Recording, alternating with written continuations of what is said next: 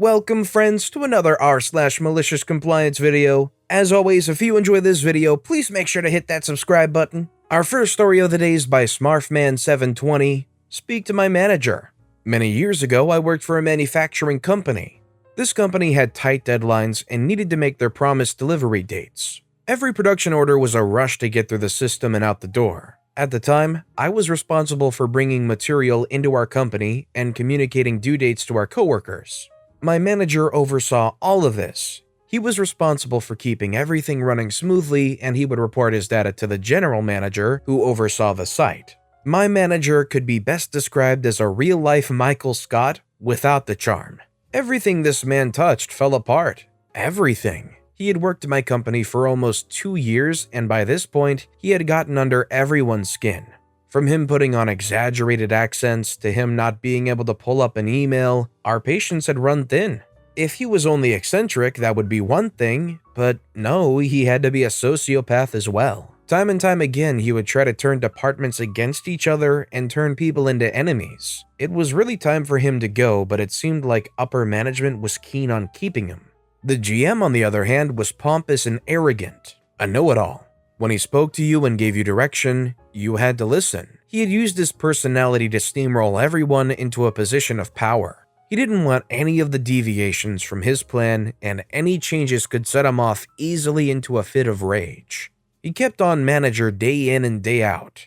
Manager had started to fear the GM and would hide out in his office at times. Production meetings were a real spectacle as the GM would go out of his way to embarrass manager, which we enjoyed greatly, but in turn, manager would take his day out on us, so it was a vicious cycle. While the GM would have been a great candidate for malicious compliance, manager is the villain of this story. The build-up tensions had been rising within my group since manager had been hired. Most hoped he would not leave or get fired, but it didn't seem like that would happen.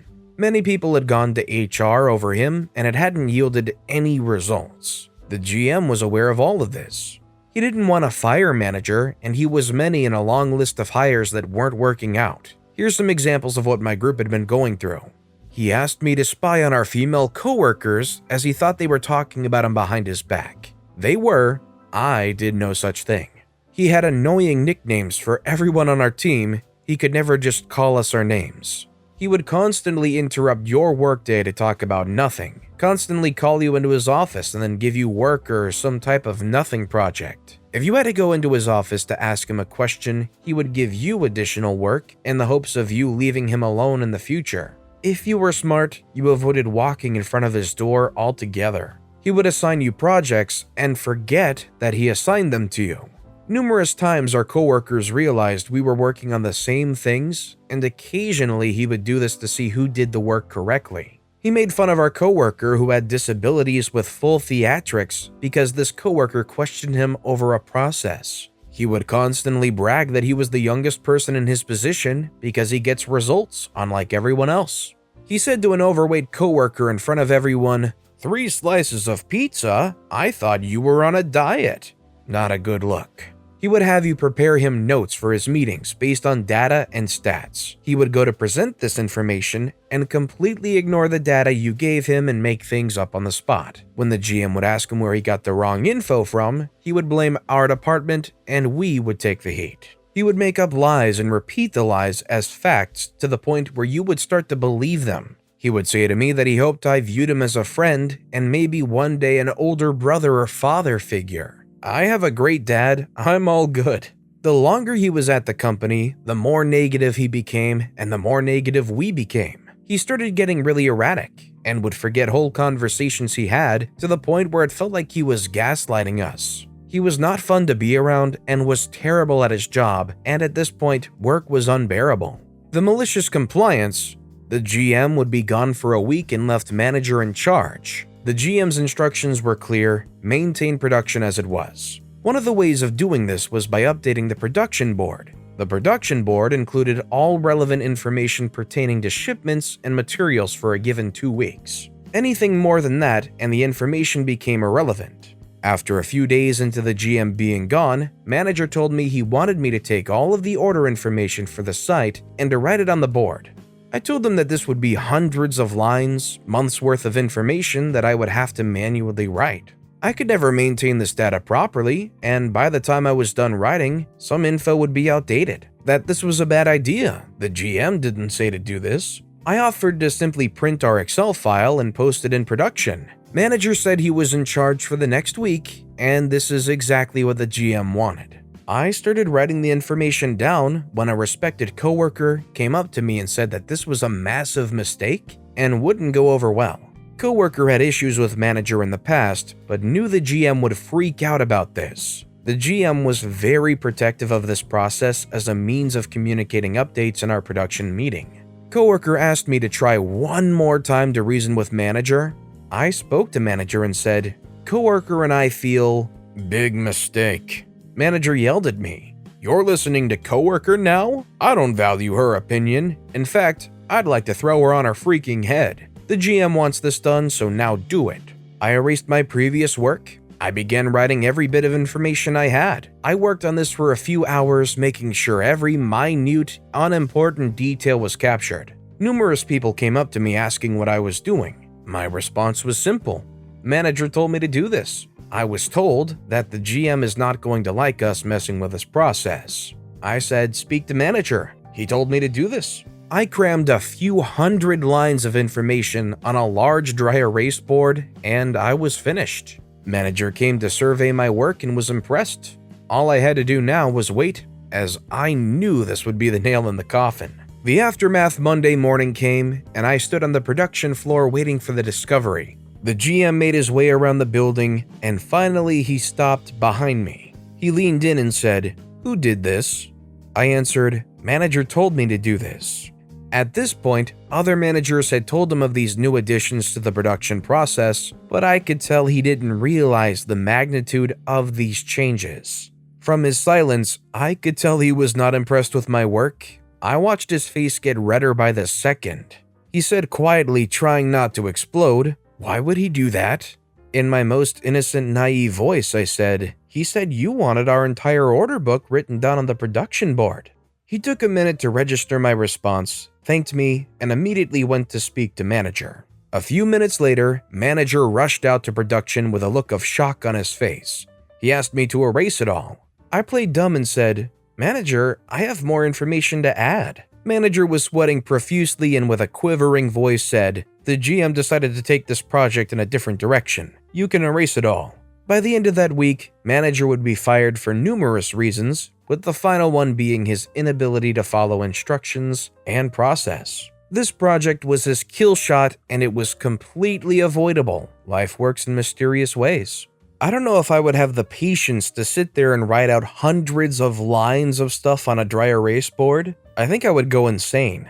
If you had a bad manager like this, would you be happy to see them kind of fall on their own butt here? Or if there is a chance to try and help point them in the right direction, are you the type to try to help out regardless? Let me know in the comments down below. Our next story is by Max Kid. Don't piss off IT. Not too far back in my career, I was working at a lighting design company. Makes lighting fixtures for richer people, costs a lot of money. Well, this company's been doing pen and paper for inventory and work orders, etc., and are trying to enter the digital age. Well, in comes me, college kid with a computer science degree and no experience. They say, "We'll give you a raise while working our technical aspects and give you more work time." I had a wedding to pay for, so more money and time is a huge thing at this point in my life. So I needed a decent PC to run the 3D modeling software, internet, the inventory system, and a lot of time to put all the different models into a database.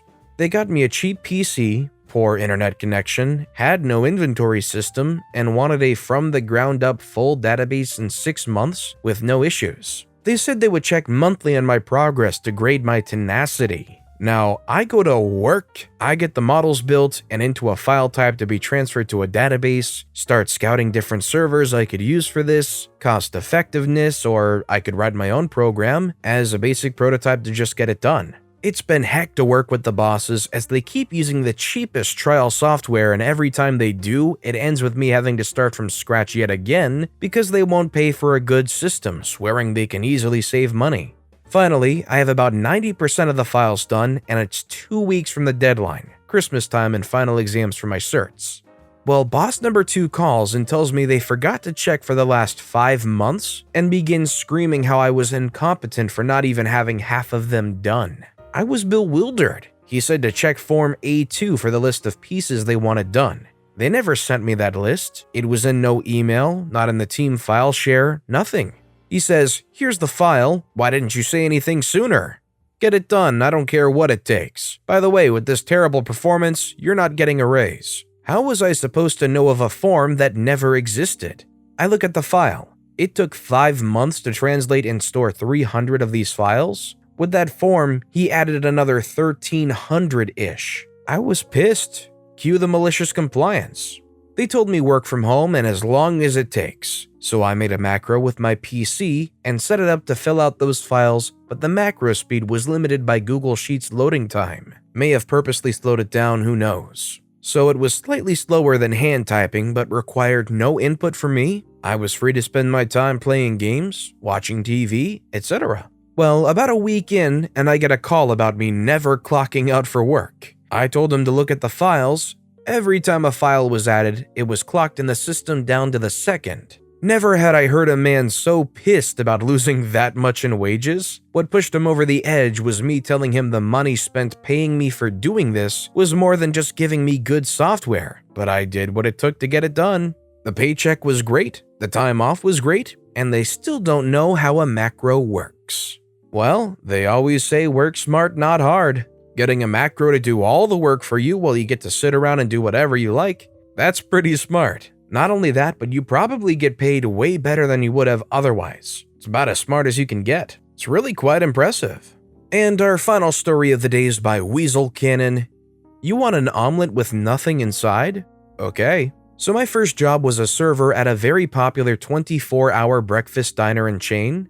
We had lots of colorful customers. One morning, I'm serving a woman sitting by herself. I ask her what I can get her, and she says she'd like an omelet. We have a list of pre-built omelets, or you can build your own, so I ask her how she'd like her omelet. "Just a regular omelet, please," she tells me. "Okay, so you don't want one of the signature omelets. What would you like inside of yours?" I ask.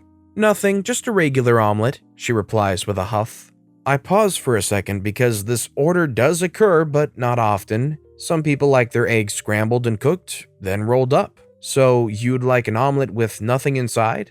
"Yes, a plain omelet," she snaps, now irritated that I've questioned her several times. So I enter the order, a 5-egg omelet with no fillings and no toppings. A few minutes later, it comes out, and she's appalled. "What is this?" "Your plain omelet," I reply. "But where's the cheese or the ham or the onions?" She's irate. "Ma'am, you ordered an omelet with nothing inside." She gets cocky and says, "An omelet is eggs rolled up with ham, cheese, and onions. Everything else is extra. You should know this, working at a breakfast place." I look at her deadpan and inform her, "Actually, ma'am, omelet is French for scrambled eggs that are fried and rolled or folded. Everything else is extra." I'm busy, so I walk off and help other colorful customers. Meanwhile, she flags down a manager to complain, who confirms what I told her and points out that in the menu there is, very specifically, a ham, cheese, and onion omelet with a large picture in the middle of the page. Then tells her she has to reorder her meal and wait a second time. She didn't leave a tip. Oh, how it doesn't surprise me that after all this, being proved wrong by multiple people, that they go, "You know what, this person doesn't deserve a tip because they didn't admit that I'm right, even though I'm wrong." I bet this was one of those situations where, when OP said, "So to confirm, you want a plain omelet," this customer was so stuck up that, in the back of their mind, maybe they were hoping that they would mess up so they had something to complain about. So they didn't make sure to clarify that ham and onions and whatnot were included. That kind of thing where it's like, well, I'm not going to clarify anything because I know I'm not wrong. If this person messes it up, they're in the wrong and they're gonna get an earful. Even though OP didn't mess anything up. You did a great job, Weasel Cannon. But with that being said, that's a wrap on another bunch of stories here today. As always, if you guys have any favorite videos of this bunch, let me know which one in the comments down below and why. And if you enjoyed the stories in general, if you could subscribe to this channel, it'd mean a lot to me. I make these videos daily, and it's by far and away the best way to support my channel. So no matter what you did, whether it was subscribing or liking, leaving a comment, I just appreciate the heck out of you guys. And as always, I'll be back tomorrow with even more stories right here on the Storytime channel.